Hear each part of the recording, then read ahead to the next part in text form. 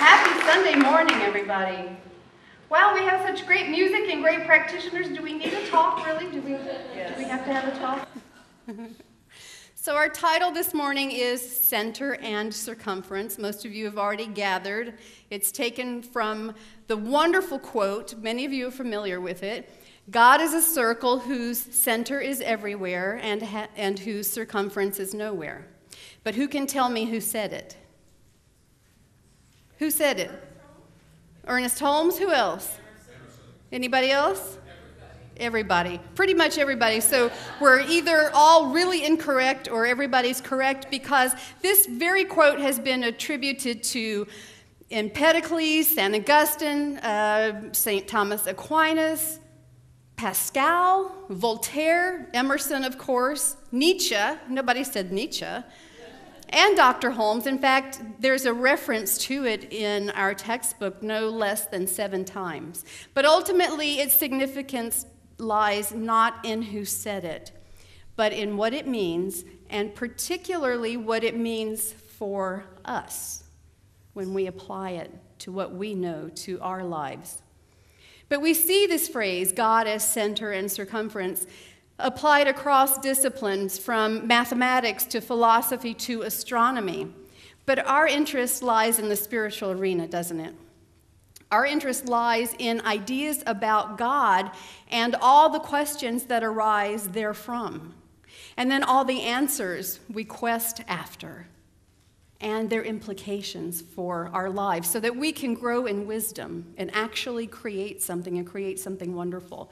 So this morning, I want to discuss the concept of center and circumference in terms of 3 pertinent areas of our lives.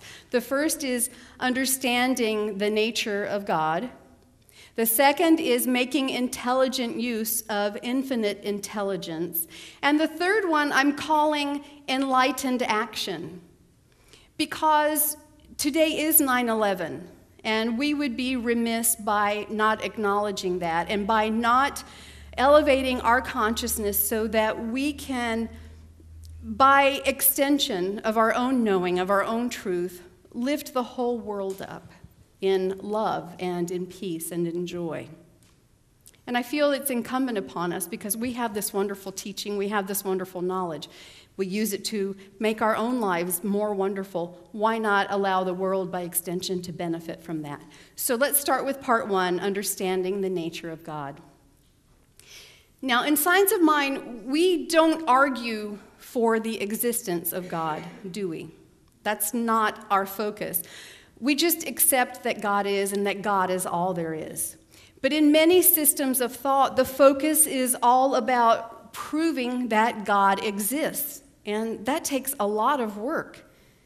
And it really never arrives anywhere, because there's always a counter-argument.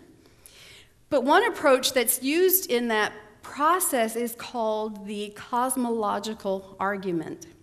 And wherever we find the cosmological argument in play, we invariably find the idea of God as center and circumference used as evidence that God exists. It's almost circular, isn't it?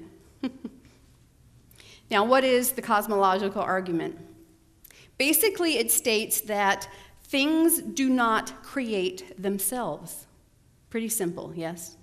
Things do not create themselves. Rather, they are created by something else.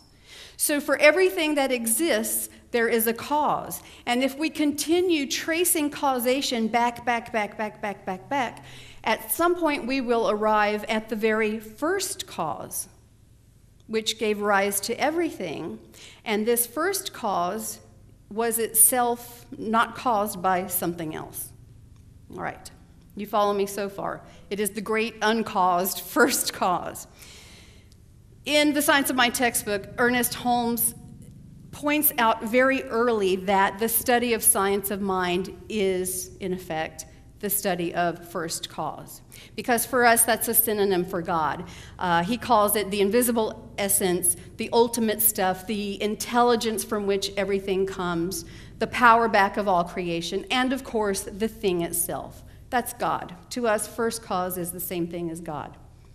Now, in other disciplines, as well as our own, alongside the idea of first cause, we sometimes see the term prime mover used. Anybody familiar with prime mover? Okay. Aristotle, for example, posited that things that move do not move themselves. They are moved by something else.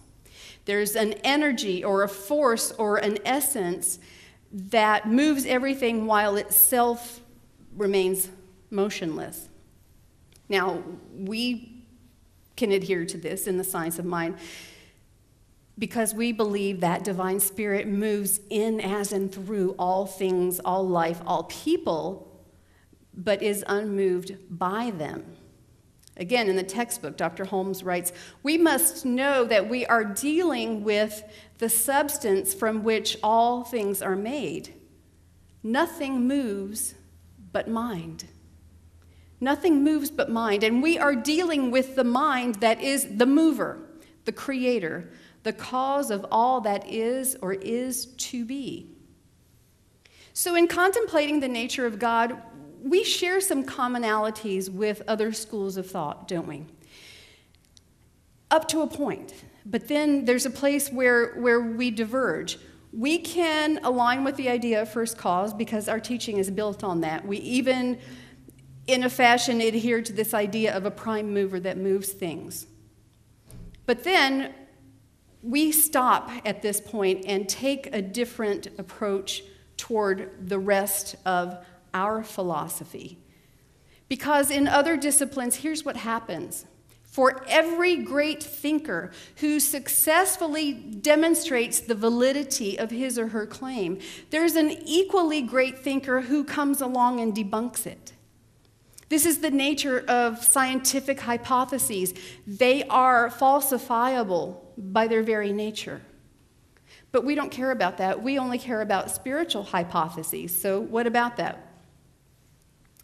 Well, again, in this teaching, we don't concern ourselves with proving that God exists. We simply accept that premise as true. We may have some questions about what God is and how it relates to us, but I don't think we come through the door attempting to prove that God is. So we're less preoccupied with whether there is a God or a cause, and more concerned with what it means to us that there actually is one. So while the astronomers and the mathematicians and the physicists are running around determining what caused first cause, Dr. Holmes already explained that to us in our textbook, through our teachers in our classes, through our ministers on Sunday morning. Dr. Holmes has already made it very clear that nothing caused first cause because it is self-existent, meaning that the creative essence of the universe lives by virtue of its own being. Nothing had to create it. It just is. Now, as followers of Dr. Holmes, we rest in the knowledge that God is, and that God is all there is, and there's nothing else. And from here, it really, really starts to get interesting. One of the central questions of metaphysics in philosophy asks, why is there something instead of nothing? It's compelling, yes? How many of you sit around all day and wonder, why is there something instead of nothing? I do the opposite of that. At home, sometimes I stand in front of the refrigerator with the door open and I say, why is there nothing instead of something? And the answer is just as profound, well, because you haven't taken the time to go to the market. And so it ends there, and someday I end up at the market and everything's good, and then there's something instead of nothing. So this is what metaphysics as a branch of philosophy asks. What does metaphysics as we practice it, meaning spiritually, what does it ask? Well, a much more interesting question, of course, which could go something like this. Since there is something instead of nothing, in fact, there are a good many things, and we know those things did not create themselves. then is it possible that we could actually participate in the creation of the things that exist in our own experience? That's a question worth considering, isn't it? And we already know the answer is yes, don't we? Okay. And knowing this, most of us move into action right away, don't we? I mean, we're making our lives better. We are demonstrating those parking spaces, left, right, and center. Years ago in Southern California, I had a friend. She was a practitioner, and back then I was still an intern, and I really looked up to her. And she would often say, I am such a great practitioner that not only do I always demonstrate a front row parking space, I demonstrate that space in front of Nordstrom. I thought, wow. Now, granted, she couldn't afford to buy anything in Nordstrom. Just saying.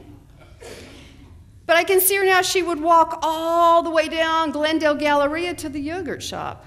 And I remember thinking, well, why not just demonstrate a parking space near the yogurt shop? But Nordstrom had some kind of significance for her. And I was only an intern, so I had no right to question her. All right.